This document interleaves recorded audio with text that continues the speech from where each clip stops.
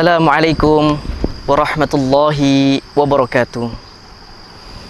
Alhamdulillah, Malikul Qudusis Salam, akramna bidinil Islam, waj'alna thawaban lis-siyam, wa yukaffirul khataya wal atham. Asyhadu an la ilaha illallah al-ma'budul haqqad dawa, wa asyhadu anna Muhammadan abduhu wa rasuluh al-mab'utsu rahmatan lil atham.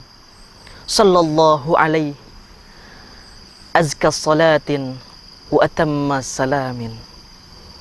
Alhamdulillah, pemirsa yang budiman, tak lupa kita selalu memanjatkan rasa syukur kita kepada Allah Tabaraka wa Ta'ala Rabbul Izzati wal Jalalah atas semua limpahan nikmatnya yang diberikan kepada kita, sehingga walaupun di situasi hari ini, di mana hari ini banyak manusia yang khawatir, banyak manusia yang takut akan hadirnya virus corona ini, namun hari ini kita masih mampu melebarkan senyum kita.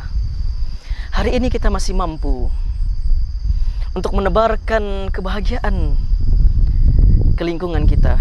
Hari ini kita bisa mampu menjaga ibadah kita untuk tetap selalu istiqomah di jalan Allah Tabaraka wa Ta'ala.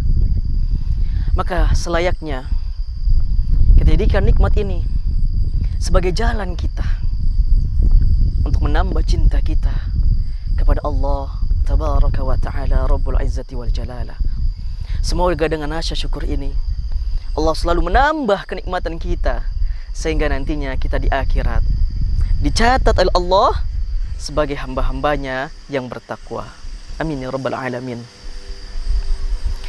Salawat dan salam patutlah kita selalu sampaikan kepada Rasul yang paling agung, Nabi kita yang paling mulia, ialah Nabi kita Muhammad sallallahu alaihi wasallam, yang dalam harinya tidak pernah kenal lelah, tidak pernah kenal takut, hanya untuk menyampaikan risalah Islamiyah ini berada di pangkuan kita. Sehingga sampai hari ini kita semua merasakan indahnya Islam dan indahnya iman. Maka selayaknya sebagai seorang umat Nabi Muhammad yang baik, marilah kita jadikan setiap sunnah-sunnah Nabi kita sebagai amalan harian kita yang kita cintai, dan jadikan namanya, salawatnya selalu membasahi lidah kita yang mulia ini.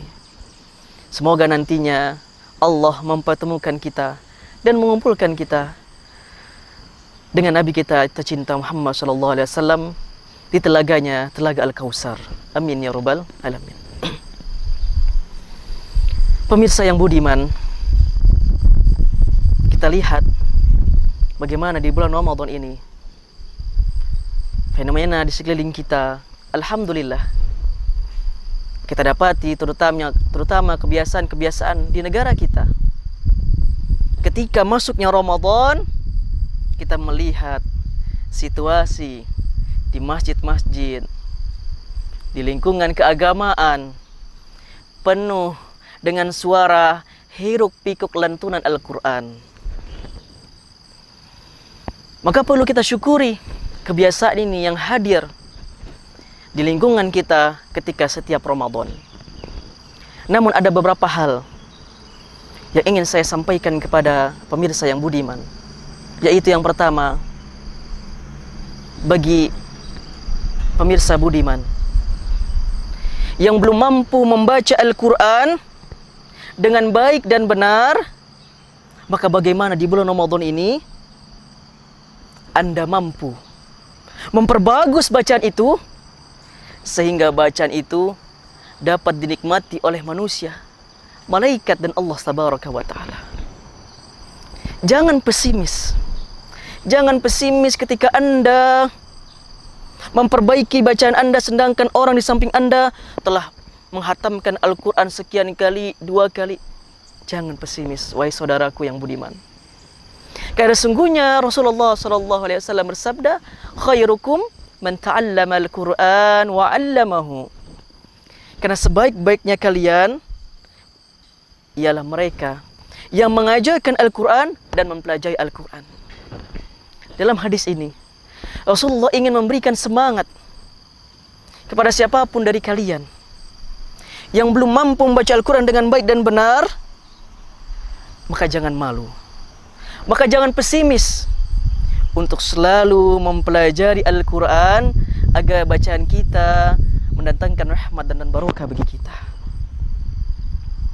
Sehingga di bulan Ramadan ini kita bisa fokus, bukan hanya fokus untuk menghatamkan Al-Quran, memperbanyak bacaan Al-Quran, tapi bagaimana kita bisa fokus untuk selalu memperbaiki bacaan Quran kita, sehingga bacaan Quran kita benar-benar bisa dinikmati oleh para malaikat sebagaimana para sahabat, bisa dinikmati oleh orang banyak sebagaimana imam-imam di Masjidil Haram dan Masjid Nabawi.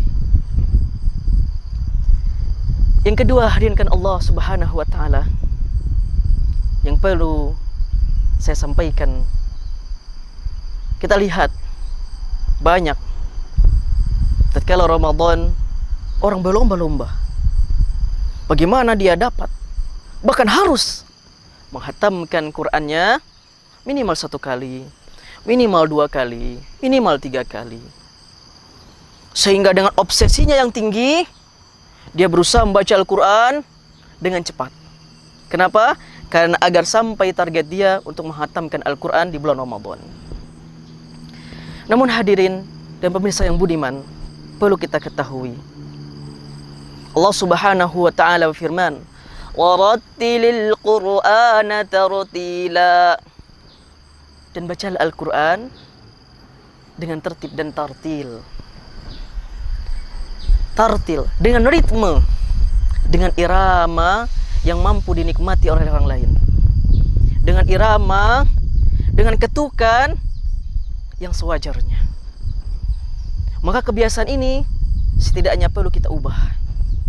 Bagaimana fokus kita bukan lagi membaca Al-Quran dengan cepat untuk menghatamkan Quran, tapi bagaimana kita mampu membaca Al-Quran, kita mampu menikmatinya dan mendatangkan kebarokahan. Karena kita tahu Allah Subhanahu wa taala berfirman, "Al-ajalatu minasy syaitan." Perkara yang terburu-buru adalah datang dari syaitan. Maka bagaimana dalam Ramadan ini kita mampu membaca Al-Quran dengan tartil, bukan dalam kondisi yang terburu-buru, sehingga bacaan kita benar-benar mendatangkan keberkahan kita. Bacaan kita baik, bacaan kita bertajwid, bacaan kita mampu menghadirkan ketenangan untuk diri kita. Maka hadirkan Allah Subhanahu wa taala di bulan Ramadan ini, selayaknya kita mampu mengubah kebiasaan itu. Dengan kita membaca Al-Quran, bukan lagi mengejar target hataman, tapi bagaimana mengejar target bacaan kita bagus dan enak bagi kita. Selanjutnya, pemirsa yang budiman, yang ketiga adalah bagaimana di bulan Ramadan ini yang dikatakan oleh para ulama bulan nuzulul Quran, syahrul Quran, bulan Al-Quran. Kita mampu membaca Al-Quran bukan hanya sekadar membaca, tapi meresapinya, mentadabburinya, sebagaimana seorang pujangga membaca surat dari kekasihnya. Sehingga tatkala pujangga ini membaca surat dari kekasihnya, setelah dia membaca akan bertabur rasa keindahan dalam hatinya, rasa ketenangan dalam hatinya. Inilah yang perlu kita hadirkan dalam bacaan Al-Quran kita di bulan yang mulia ini. Bagaimana kita membaca, bukan sekedar membaca, tapi kita mencoba dan berusaha untuk mentadabburinya, melihat artinya, mengambil hikmah di baliknya. Sehingga Al-Quran ini setelah kita baca mampu memberikan pelajaran buat kita dan mampu memberikan hikmah dan ketenangan dalam batin kita. Maka hadirkan Allah, ini mati Allah Subhanahu wa taala. Maka mari di bulan Ramadan yang mulia ini, mari sama-sama kita memperbanyak baca Al-Qur'an.